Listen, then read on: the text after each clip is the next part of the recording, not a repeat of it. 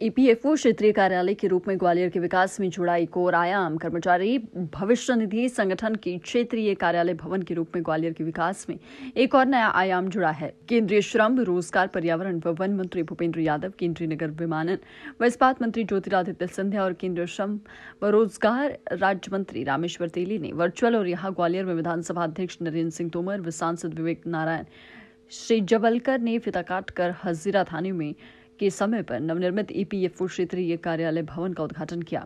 हजीरा थाने के समीप लगभग 12,422 वर्ग फुट क्षेत्र में भूतल सहित 3 मंजिल में सर्व सुविधा युक्त यह कार्यालय भवन बनाया गया है। उद्घाटन समारोह को वर्चुअल संबोधित करते हुए केंद्रीय मंत्री श्री सिंधिया ने कहा कि कर्मचारियों की मेहनत की बदौलत ही देश को मजबूती व सुदृढ़ता मिलनी चाहिए।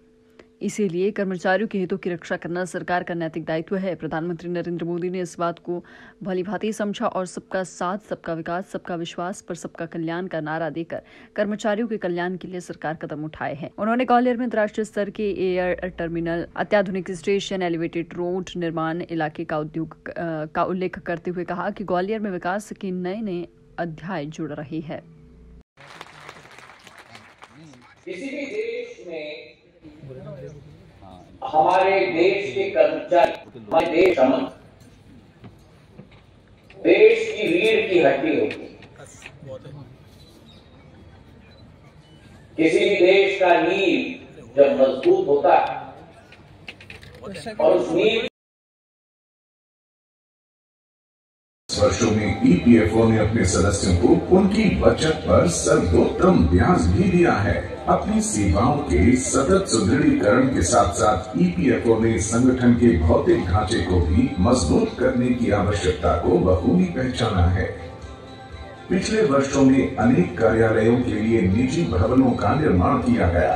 ईपीएफओ का ग्वालियर क्षेत्रीय कार्यालय ग्वालियर, मुरैना, भिंड, दतिया, श्योपुर, शिवपुरी, गुना, अशोकनगर और राजगढ़ की लगभग 2000 एस्टैब्लिशमेंट में कार्यरत 1 लाख सदस्यों और 27,000 पेंशनरों की सेवा कर रहा है। इस कार्यालय को भी आज अपना भवन मिल रहा है। आज इस कार्यालय भवन के उद्घाटन पर हम सब हर्षित हैं और आश्वस्त हैं कि ईपीएफओ का ग्वालियर कार्यालय अभी प्रधानमंत्री जी के विजन और मिशन को साकार करने का काम करेगा।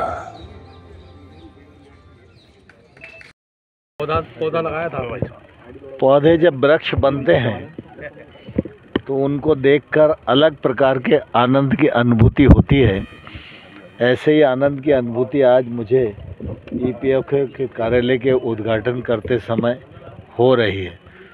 मैं इस अवसर पर अपने सभी इस अंचल के मजदूर भाइयों को बहुत बहुत बधाई देता हूं, बहुत बहुत शुभकामनाएं देता हूं।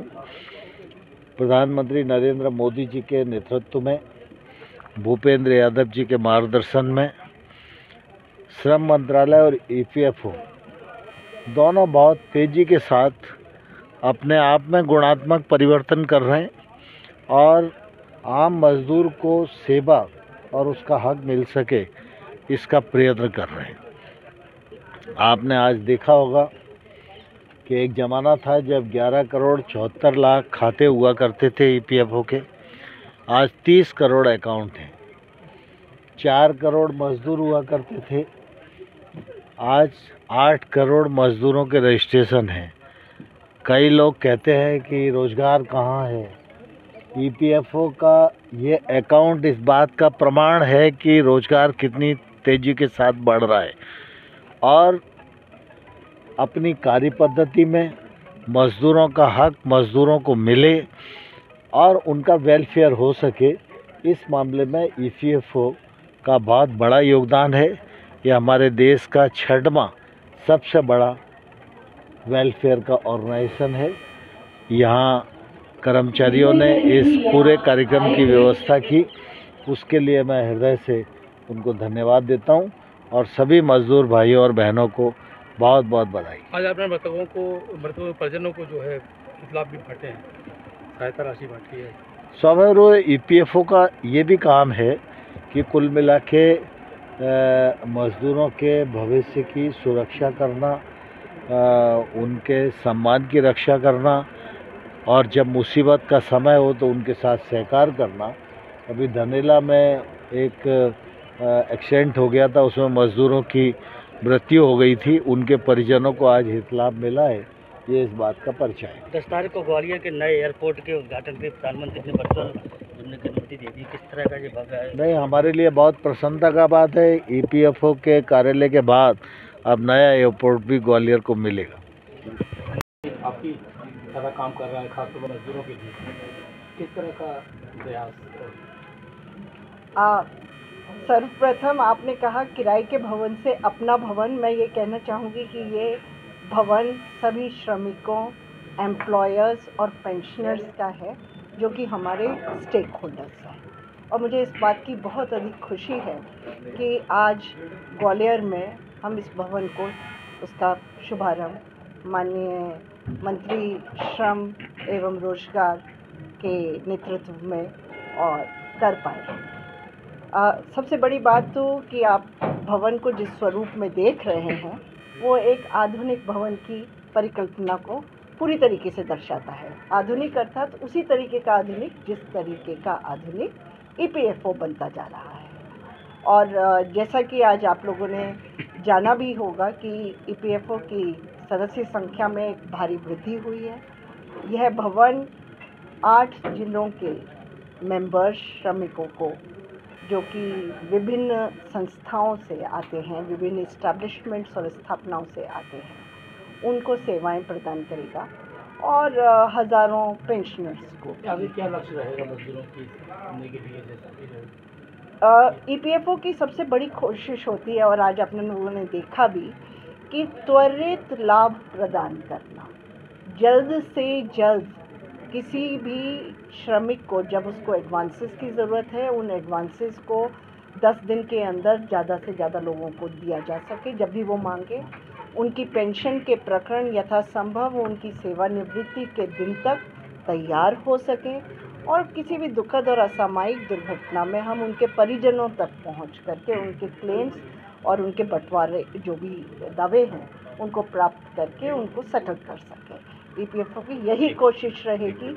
ईपीएफओ की सबसे बड़ी कोशिश अपने श्रमिकों के लिए भी होती है कि वो ग्रोथ के साथ राशि दे सके, जैसा कि माननीय प्रधानमंत्री जी के और सरकार की मैडम, जैसे आप बता रहे हैं कि जो लाभ ज़्यादा से ज़्यादा जो विभाग दे सके मजदूरों को, लेकिन यहाँ सबसे बड़ी समस्या है कि ज़्यादातर मजदूर तो मैडम जो है प्रोविडेंट फंड के द्वारा, जो जिनके मालिक उनके द्वारा स्टडी नहीं किया जाता, तो उनके लिए क्या अभियान है, क्या आगे आपकी योजना रहेगी? ज़्यादा से ज़्यादा आपने सुना होगा कि निधि आपके निकट के माध्यम से प्रति माह 27 तारीख को जब ईपीएफओ के कर्मचारी प्रत्येक ज़िले में पहुंचते हैं, उनका एक काम ज़िले के जो कलेक्टर हैं और ज़िले के लेबर अधिकारी और इंडस्ट्री अधिकारी हैं उनसे संपर्क साधना और आउटरीच और अवेयरनेस करना, जिससे कि एम्प्लॉयर्स ज़्यादा से ज़्यादा कवरेज कर सकें। मुझे यकीन है कि इस तरीके की सुविधा का विस्तार हम लोग लगातार करते रहेंगे, और आंकड़े भी यही प्रदर्शित करते हैं कि ये कवरेज निरंतर बढ़ता जा रहा है। आप सभी को इसकी पुनः बहुत बहुत शुभकामनाएं और मेरी ओर से हार्दिक कई ऐसे कार्यालय हैं जो ईपीएफ से जुड़े नहीं हैं, तो उनके लिए कोई ऐसा प्रयास किया जा रहा है क्या? ईपीएफ के कार्यालय से संबंधित जो लोग हैं उनको कवर किया जा रहा है, और वही मैंने आपको अभी दोहराया कि निधि आपके निकट के माध्यम से यही करने का प्रयास है। मैम, इस भवन की कितनी लागत है और कितने श्रमिकों को इससे लाभ मिलेगा? जितने श्रमिक यहाँ पर कवर होते रहेंगे ईपीएफ योजना के तहत, उन सभी को अपने दावों के निपटान के लिए लाभ मिलेगा। और यह भवन सीपीडब्ल्यूडी के द्वारा निर्मित किया गया है भारत सरकार के माध्यम से। पुराने कार्यालय में देखा जाता था कि लाइन लग जाती थी श्रमिक के, जब कोई अपना लेके आते थे, तो यहाँ तो ऐसा नहीं होगा।